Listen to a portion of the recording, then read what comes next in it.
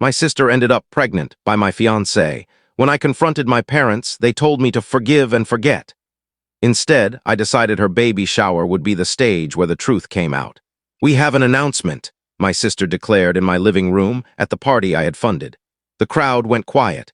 My fiancé wrapped his arm around her waist with a tenderness I had never received. I wondered if she had figured it out yet. "Poor thing," my sister smirked, patting her stomach. "We're expecting," she added proudly. "4 months," he clarified. "4 months," I repeated softly. My fiancé leaned in and whispered, "Your face is priceless." "Did you really think this was serious? I was only around for your credit cards, but my child deserves stability, something you'll never have." I turned to my parents waiting. My mother sighed. "Don't cause a scene.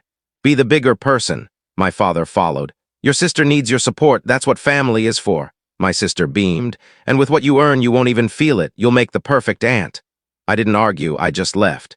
I drove aimlessly until the tears dried up. When I got home, I ignored the mess they'd left behind and walked straight into my office.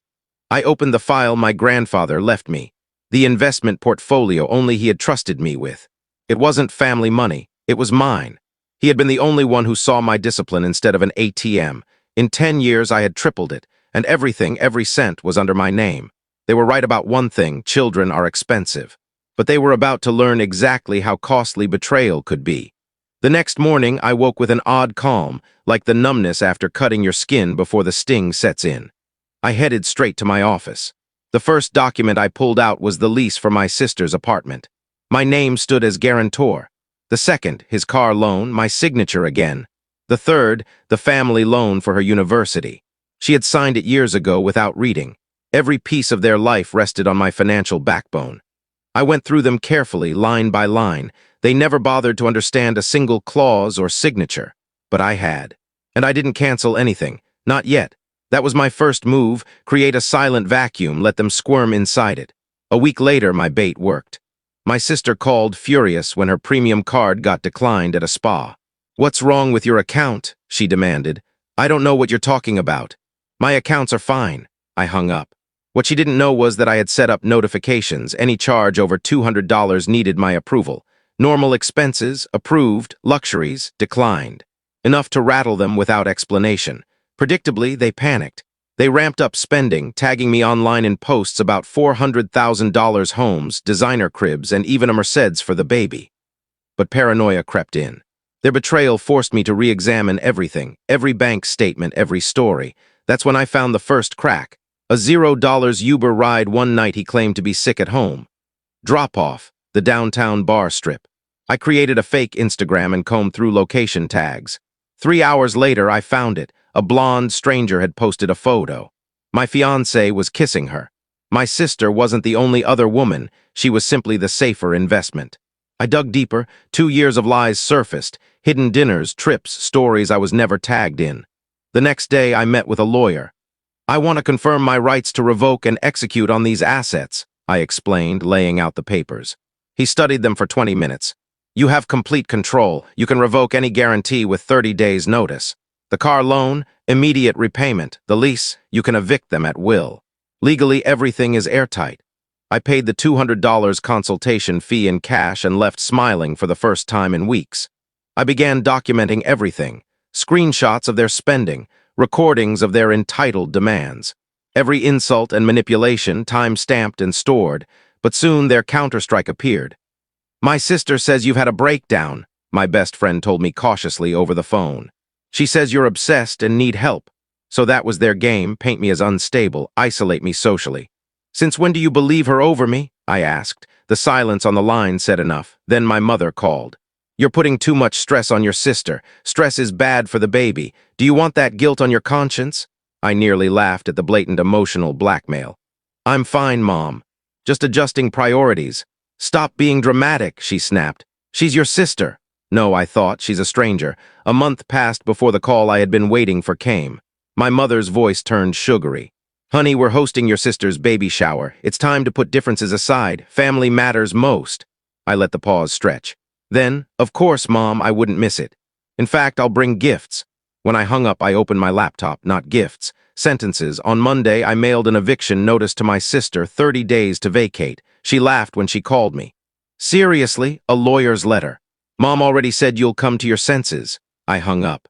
On Wednesday, I stopped covering the car payment. By Thursday, the bank was calling him. On Friday, I withdrew funding for her final semester of university. A formal suspension notice would follow. By Saturday morning, my sister was hysterical. What did you do? They're expelling me. I'm pregnant. I can't work. Good morning. How are you and the baby? I asked sweetly. Don't play games. Fix this. I can't fix what isn't broken. Check the contracts you signed. They don't mean anything. We're family. Exactly, I said coldly. That's what family is for. The following week, the repossession notice hit his inbox. He begged, I need that car for work. Think of the baby. As if her baby was my responsibility. They scraped up a bargain bin lawyer. His letter accused me of violating implied family obligations. My attorney laughed so hard he nearly cried. We sent back every contract with the revocation clauses highlighted in neon.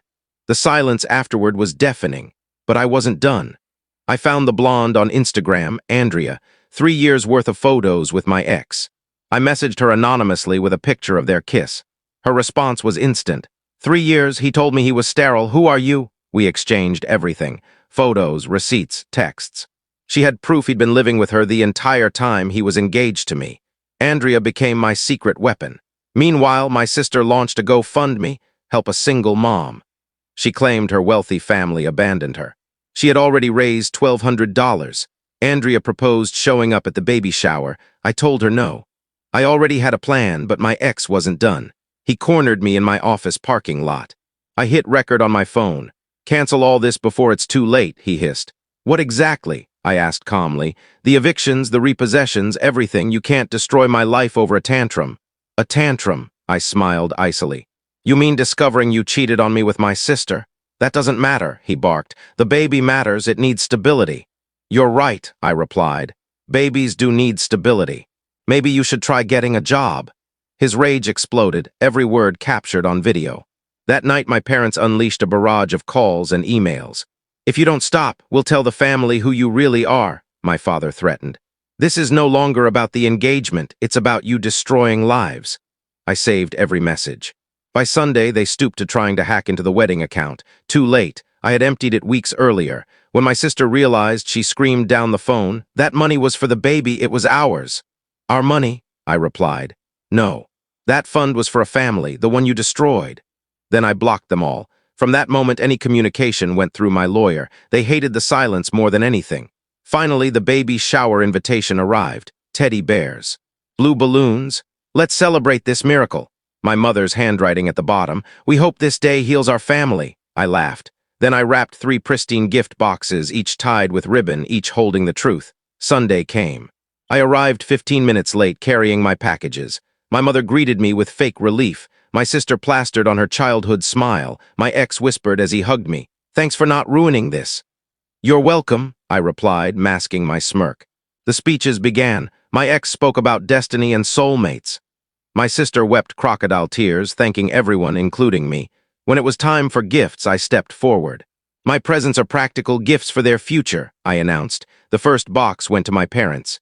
Inside, a leather-bound ledger of every cent I had spent supporting them. The total, $147,000. My mother went pale. The second went to my ex. He pulled out the repossession papers and a single car key. On the big screen behind him, I projected a photo of his car being hauled away that morning. The third went to my sister. Her face drained as she read the suspension letter from her university. "You can't do this, I'm pregnant," she shrieked. "You should have thought about that earlier," I said coolly. The crowd murmured. My sister cried, painting herself as the victim. "I'm not finished," I said firmly. I plugged in the USB. Images of him and Andrea flashed across the screen. Right on cue, Andrea walked through the gate. "I came to deliver my own gift," she said. "It's called honesty." Gasps spread.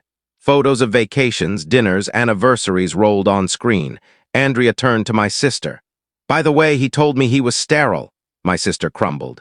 My ex cracked under pressure, screaming that it had all been about the money anyway. He called my family parasites. The silence was brutal. He had confessed it all in front of everyone. I crouched next to my sister, whispered, "You wanted a real family. He gave you one. Enjoy." Then I stood, collected my purse, and left. The last thing I saw was my mother's face, equal parts respect and fear. 6 months have passed. My ex vanished. My sister, broke and pregnant, moved into my parents' basement. The very people who defended her now burned their retirement savings to raise her child. They begged me to reconcile. I agreed to lunch once a month under strict rules. No money talk, no pleas for my sister, no manipulation. I rented out the repossessed car and her old apartment. They now generate $2,200 a month, her student loan. My lawyer pursues repayment every month, a bureaucratic reminder that choices have consequences. I cut ties with manipulative relatives. My social circle shrank, but the quality soared. I moved into a smaller home with no ghosts of betrayal. I keep a folder labeled Freedom Fund. It holds every dollar I save by not funding parasites. So far, it has $7,000. When my sister sent me a photo of the newborn with the caption, "Your nephew wants to meet his favorite aunt," I blocked her. I don't hate her. That would require emotion. She simply no longer exists in my life. Last night, sipping tea on my patio, I realized something. It was never about revenge. It was about justice. And justice isn't loud or cinematic. It's quiet, calculated, and absolute. For the first time in years, I felt peace.